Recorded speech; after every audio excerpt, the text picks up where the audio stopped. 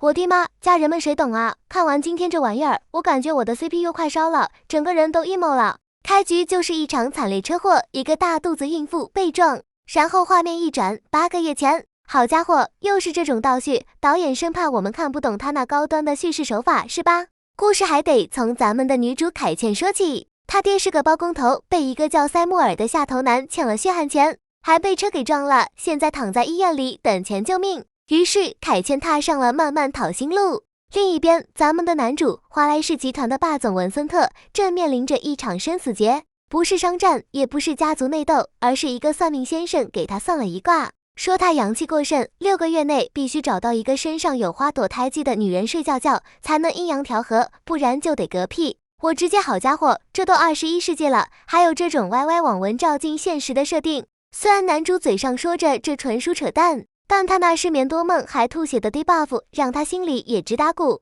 很快，命运的齿轮，不是命运的拖拉机开始转动了。凯茜在工地上看到一辆好车，以为是仇人塞穆尔的，二话不说抄起板砖就冲了上去，一招精准锁敌，把车窗干得稀碎。结果定睛一看，车里坐着的正是咱们那位阳气过剩的霸总文森特。我特么也惊呆了，这哪是讨薪，这简直是在打 Apex， 对着倒地的敌人疯狂补刀。结果发现补的是友军，这一套操作堪称致命空大，强烈建议纳入认错人行为大赏。就在这尴尬的氛围中，真正的倩倩哥塞穆尔登场了。他原来是男主工地的项目经理，男主被砸了车，还咳了血，当场犯病。他身边的助理直接开大，悬赏10个亿，寻找带花朵胎记的女人。10个亿，不是10万，不是100万，是10个亿。我的头快要裂开了，通货膨胀都没这么离谱。男主临走前对着塞穆尔说了句好好处理，你猜怎么着？这个塞穆尔的阅读理解能力绝对是体育老师教的，他把好好处理理解成了把这帮闹事的给我处理掉，当场翻脸不认人，不仅不给钱，还威胁要弄死凯茜。工友们一看这架势，瞬间作鸟兽散，他真的我哭死。这边凯茜走投无路，决定去找个顶级律师打官司。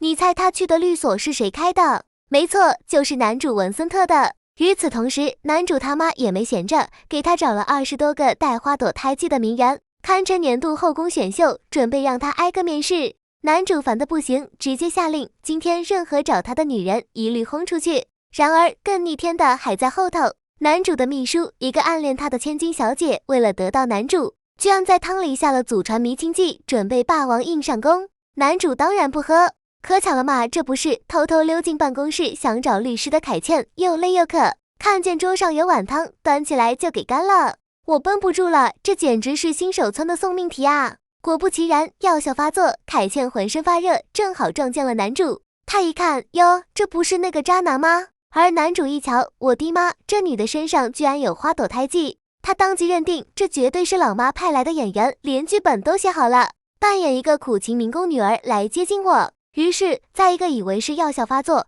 一个以为是剧本安排的奇妙误会下，两人成功为爱鼓了掌。第二天早上，剧情直接起飞。凯茜醒来，留下一篮子鸡蛋作为营养费，准备跑路，结果被男主逮个正着。男主那个鄙夷的眼神，仿佛在说演你接着演。他甩出一张1000万黑卡，让他赶紧滚蛋。凯茜本来一身傲骨，但一想老爹还等着2万块手术费，只能忍辱负重，说好只借2万。但是螳螂捕蝉，黄雀在后，那个下药的秘书半路杀出来，一通忽悠，说男主这是钓鱼执法，只要凯茜敢刷卡，就告他敲诈勒索，让他牢底坐穿。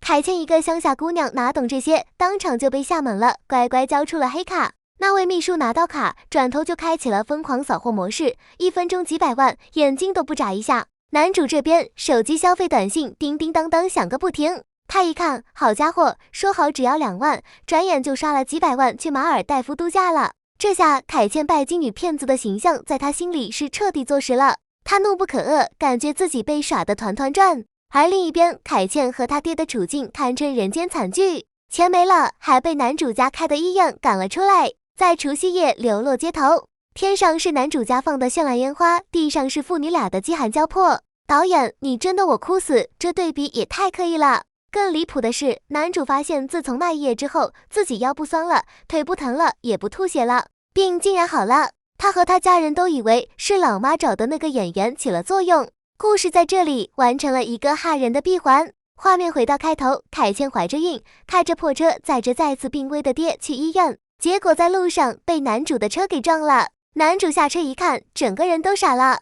他看着眼前这个8个月前被他认定为拜金女骗子的女人，挺着个大肚子，一脸震惊地问：“怎么是你？你啷个怀孕了？”我想现在你们大概知道了，为啥我开头就 emo 了。兄弟，你母胎单身30年，是不是不晓得孩子是啷个来的？这完美的逻辑闭环，这惊为天人的剧情巧合，堪称烂片界的绝绝子。小伙伴可以把尊重2个字打在弹幕上，向这部逆天神剧致以最崇高的敬意。